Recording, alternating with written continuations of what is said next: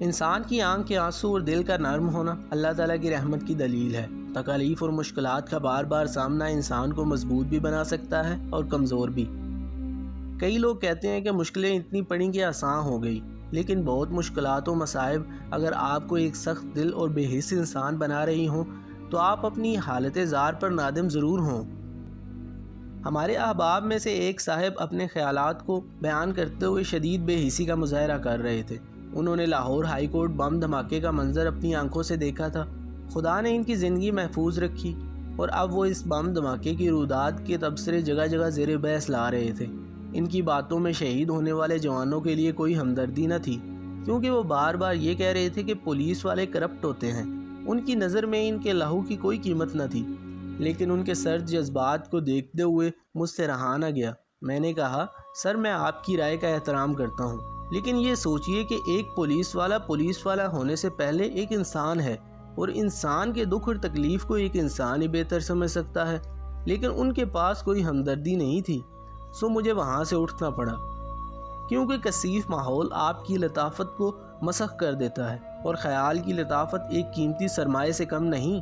انسان کا ذہن بھی ایک گہرے تالاب کی مانند ہے۔ جب کبھی کوئی متاثر کن بات یا واقعہ کنکر بن کر اس تالاب میں گرتا ہے تو تادیر لہریں جذبات کے کناروں کو چھوتی رہتی ہیں۔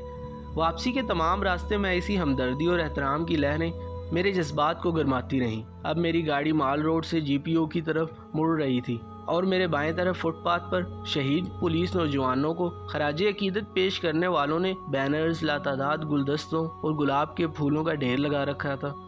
ایک انجان طاقت نے میری گاڑی کو روک دیا اور میں گاڑی سے باہر نکل آیا۔ ان پھولوں کے ڈھیر کے پاس کافی دیر گمسم کھڑا رہا۔ میرا جذبات کی لہروں پر اختیار ختم ہو گیا، اور وہ لہریں ٹھاٹھے مارتے ہوئے آنکھوں کے رستے باہر آنے لگیں۔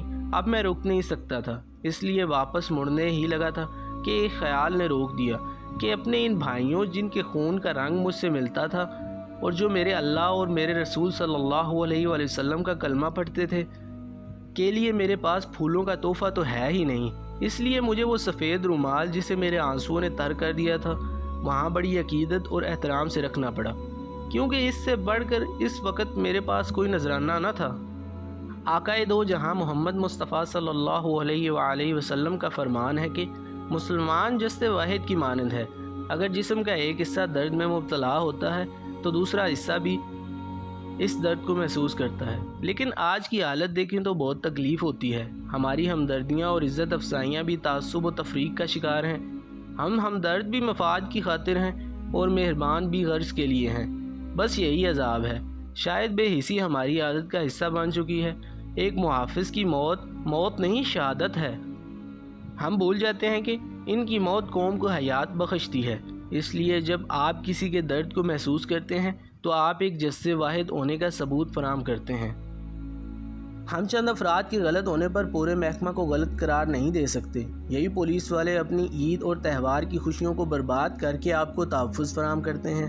آج اگر یہ محکمہ متحرک نہ ہو تو شاید ہر پہلا فرد ظالم اور دوسرا فرد ڈاکو بن جائے۔